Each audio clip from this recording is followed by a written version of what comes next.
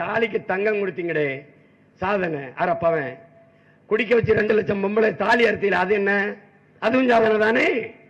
தம்பி, நீ குண்டு போட்டுக் கொள்வதா இனப்படுகொலை கருதி கொண்டிருந்தாயனால் குடிக்க வைத்துக் கொள்வதும் இனப்படுகொலை தான். அப்படி இருக்கு பாருங்க. அதாவது சரக்கு போத்தல்ல வீரன். அப்ப என்ன பண்ணணும்? ராணுவத்தில் இருக்கவங்களுக்கு ஒவ்வொரு போத்தலை கொடுத்துட்டு சண்டைக்கு போக சொல்லி குடிச்சிட்டு போடா வீரன். அது தமிழ அதுல வளர்க்குறான், சாராயத்தில் வளர்க்குறான் தமிழ. ஐயோ,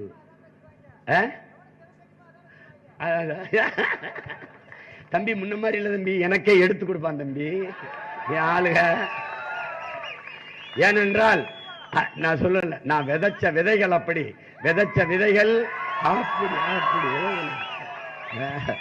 அதுல ஒரு வீரியமிக்க விதையைத்தான் திருச்சி நாடாளுமன்ற தொகுதியினுடைய வேட்பாளராக என் தம்பி ராஜேஷ், ஜல்லிக்கட்டு ராஜேஷ் அவர்களை நிறுத்தியிருக்கிறேன். முதல்ல நாம் மாறணும், அப்புறம் மாற்றணும். யாருமே சரியில்லைன்னு சொல்லக்கூடாது, நாம சரியாயிக்கணும், நம்மை பார்த்து மற்றவர்கள் சரியாகணும். அதான் முன்னுதாரணம். அப்ப என்ன பண்ணணும்? முயற்சி எடுக்க வேணும், முடிவு பண்ணி பார்க்க வேணும்.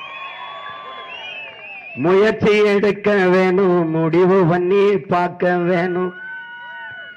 ஏன் மக்கள் எல்லாம் ஒன்னா சேர்ந்து ராசாக்கா மைக்கு சின்னத்திலே ஓட்டு போடணும் ஐயாக்கா. மாற்றம் வரணும் பாரு, மாற்றம் வரணும் பாரு, மாற்றம் வரணும் பாரு, மாற்றம் வரணும் பாரு. நாட்டு மக்கள் நல்லா இருக்க நோக்கம் இருக்கும் பாரு, நாட்டு மக்கள் நல்லா இருக்க நோக்கம் இருக்கும் பாரு. அந்த எண்ணமுள்ள சின்னம் பார்த்து ராசாக்கா நாம எல்லாருமே ஓட்டு போடணும் ஐயாக்கா. முயற்சி எடுக்க வேணும், முடிவு பண்ணி பார்க்க வேணும். ஏன் மக்கள் எல்லாம் ஒன்னா சேர்ந்து ராசாக்கா மைக்கு சின்னத்திலே ஓட்டு போடணும் ஐயாக்கா. புரட்சி என்பது ஒரு தலைகீழ் மாற்றம், மாற்றம் என்பது மானுட தத்துவம்.